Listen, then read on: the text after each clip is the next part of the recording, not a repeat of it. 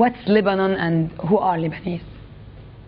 All of those things were happening at one time. One of the things that was great about the way the book came to light was my father, in his trip to Lebanon in '73, found the family diaries in the basement of my grandmother's house in the village. These diaries told stories that went back to 1860. What I found out was my family had an adventurous and exciting life. Lebanon had gone through so much invasion and colonialism, and people had to live under these circumstances, plagues and famines.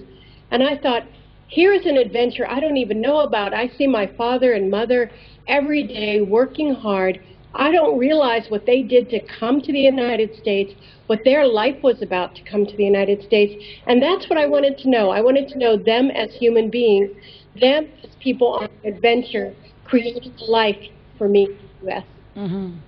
سألتها عن أول كتاب كتبته وهي تاريخ عائلتها وأهلها كيف هاجروا من لبنان على أمريكا سنة 1937 وسألتها ليه كتبته لتكتشف جذورها أكثر وتعرف مين هي أكثر أو لتقدر للأمريكان يكتشفوا مين هي مضبوط مين هن اللبنانيين وشو هو لبنان. قالت لي اكيد اثنين يعني هن سببين خلوها تكتب هيدا الكتاب، واهم شيء انه كانت عم بتشوف اهلها اللي عم بيشتغلوا يعني من كل قلبهم ومن على بكره لعشيه ليقدروا اكيد عندهم عائله بدهم يعيشوها، بدها تعرف اكثر عنهم، واكتشفت انه حياتهم كانت مغامره كبيره وكناس حبت مش كاهل بس كأي مجرد أشخاص عانوا وهاجروا واشتغلوا، حبت تخبر هالخبرية، ولقيت هي إنه المغامرات اللي عاشوها بلبنان قبل ما يهاجروا وتهجيرهم إلى أمريكا كانت يعني أكيد حرزانة إنك تعمل كتاب عن هذا الموضوع. In your poem in the country of my dreams, you support the great singer Marcel Khalife, the singer and Lebanese singer and composer Marcel Khalife. Why him in particular? I think he's a great symbol of what Lebanon has to offer. He fuses so many different cultures in his works. He has a base that goes back to classical works, Taqsims that we've been familiar with our entire lives. He uses poetry that is important and famous, such as Mahmoud Darwish, in his work. He has the background that we can relate to. He even did an album based on a Shakespearean play called A Midsummer's Night Music. He draws from so many different traditions, but he does it in such a uniquely Lebanese way that to me it represents what Lebanon is all about. Lebanon, to me, has always been the true collection of different cultures and different peoples. My whole life, whenever I visited, I could not believe on the streets of Beirut how many different kinds of people I saw. And I don't think that people outside of Lebanon really understand what kind of place it is in terms of that multiplicity. And for me, Marcel Khalife's music brings all of that together. سألت بإحدى قصائدها أكيد التهدية وبتحكي عن مارسيل خليفة الموسيقي والمغني اللبناني اللي نحن بنعتز فيه. سألتها ليه هو بالأخص، لأنه قالت لي هو بتعتبره رمز للبنان مع كل التنوع بالجنسيات والأديان والحضارات اللي قطعت بلبنان، وبتحب كتير كيف بياخد أشعار الشاعر الكبير محمود درويش وأكيد بيحطها موسيقى رائعة أكيد بتدخل القلب والروح، وبتلاقي هي إنه اللي ما بيعيش مزبوط، حتى اللبناني اللي بيعيش برات لبنان ما بيقدر يفهم لبنان إلا ما يجي يعيش فيه، وهي بنعرف إنه زارت لبنان 3-4 مرات وحست بقد إيه في غنى بهالتعدد اللي موجود بلبنان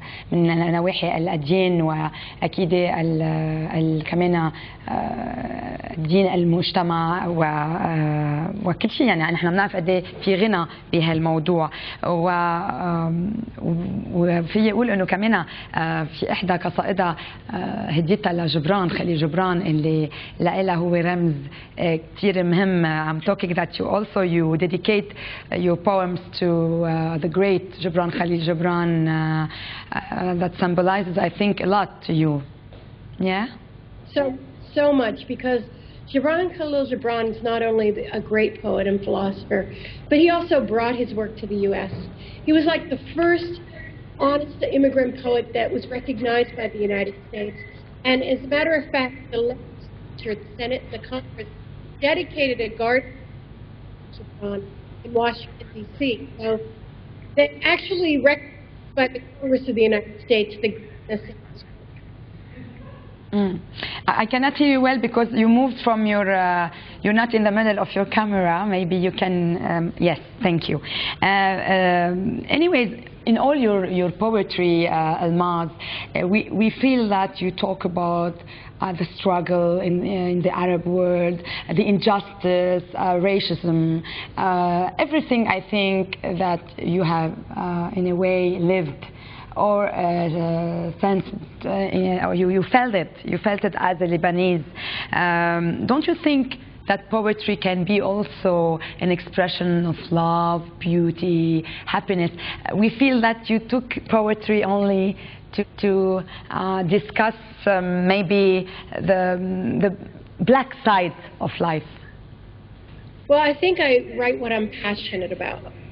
So I'm passionate about particular political events. I'm passionate about particular personal events. I'm passionate about my home, my family, my connections to the world. Those are the things that I'm passionate about. And some of those include love, and some of those include nature, and some of them also include my relationship with other cultures. And so that's where my focus is. It's about what you feel the passion for. أنا سألتها إنه قصائدها أغلبيتهم بيحكوا عن أكيد الحرب، عن يعني واحد كيف عم بيعيش صراع الهوية، وأكيد عن وضع العرب بالعالم. سألتها ليه؟ لأنه نحن بنعرف إنه القصائد أكثر شيء بتتناول أشياء إيجابية، الحب، أكيد كمان أشياء دقيقة، ولكن هي كثير استعملتها بأشياء عنيفة. قالت لي لأنه هي الأشياء اللي عندها شغف إلها، ما فيها تكتب إلا عن شيء بهمها، وهي كتبت كمان كثير عن الطبيعة وعن علاقتها مع ناس من غير جنسية أو من غير حضارة. Do you think that poetry is the only way to grasp reality and to convey it to the others? I think it's one of the most honest ways. I think one of the problems with politics and history is it's interpreted through the sense of power. Poetry is interpreted through the sense of the individual and the artist. And I believe that the individual and the artist have a more honest approach to what their perspective is. It's not by any means objective, but it is in fact more in a personal perspective. And I think the personal perspective gives us so much more than history does.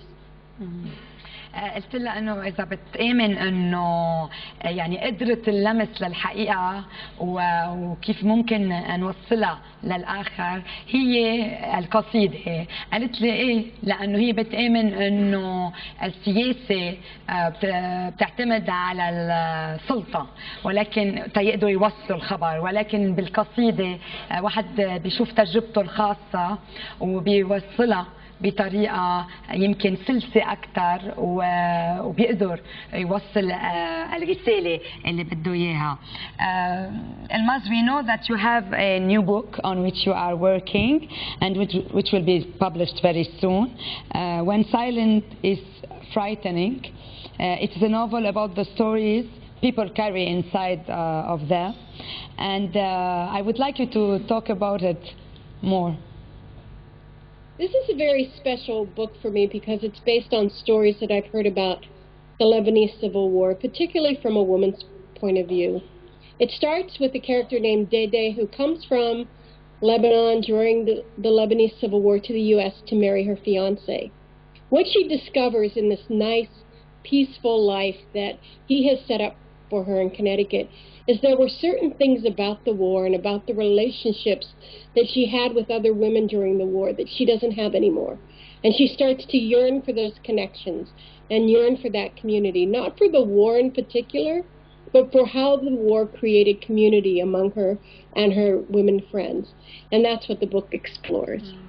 عندك كتاب جديد رائع When Silence is Frightening رح تصدره قريبا وهو بيحكي رواية بتحكي عن عدد من الأشخاص وكل واحد حامل قصة معه وخاصة انه بطلتها هي اصلها لبناني وبتسافر على امريكا تتزوج خطيبها وهونيك بتلاحظ قد ايه انه ما بقى عندها صلة وصل مع نساء كانت تتواصل معهم بلبنان وعم بيعيشوا صراع الحرب والعائله ونحن بنعرف قد ايه فينا نقول انه اهميه الامراه والام بحالة حرب وكيف تحافظ على عائلتها على أولادها وهي رح تحكي عنهم بطريقة كتير فلسفية ومن ناحية علم النفس كمان. Elmaz, I would like you, I don't know, to say some words to the Lebanese people and especially women living in Lebanon. I think one of the things that you can do for yourself the most is to explore your relationship with the world outside of you and not to get insular and gossipy and tight and sad, but to be outward, to be active, to walk, to write, to paint, to sing, to move. Our lives are so short and we end up sitting down so fast, having a cigarette and some coffee and talking when we need to be moving and relating and dancing and I think you know what I mean, yes? Yeah. يعني رسالتها للامرأة اللبنانية انه مش تقعد على القهوة بس تقعد تحكي لازم تكون امرأة عاملة هي تكون عندها دور كتير مهم بالمجتمع بعملها كأم بعائلتها لأنه الامرأة دورها كتير مهم وأهم شيء تعمل الشيء اللي بتحبه إذا بتحب ترسم بتحب تكتب بتحب تكون امرأة عملية تكون شو بتحب بس تكون عم يعني الحركة بركة وبحب ادعيكم انه تشوفوا الويب سايت الماز ابي نادر يمكن قطع على الشاشه elmazabinader.com تتعرفوا اكثر على الكاتبه ذات الاصل اللبناني الرائعه. Elmaz, I would love to thank you from the bottom of my heart. Thank you for staying awake. It's 2:30 or 3 a.m. Thank you again. Well, thank you for having me. It was lovely. Thank you very much. ثانك يو. مشاهدينا الكرام انا بشوفكم هاي الثلاثة بقول لكم تري بون ويك اند وعيد سيدي مبارك على جميع اللبنانيين وان شاء الله على طول تكون ايامكم مباركة. شكرا.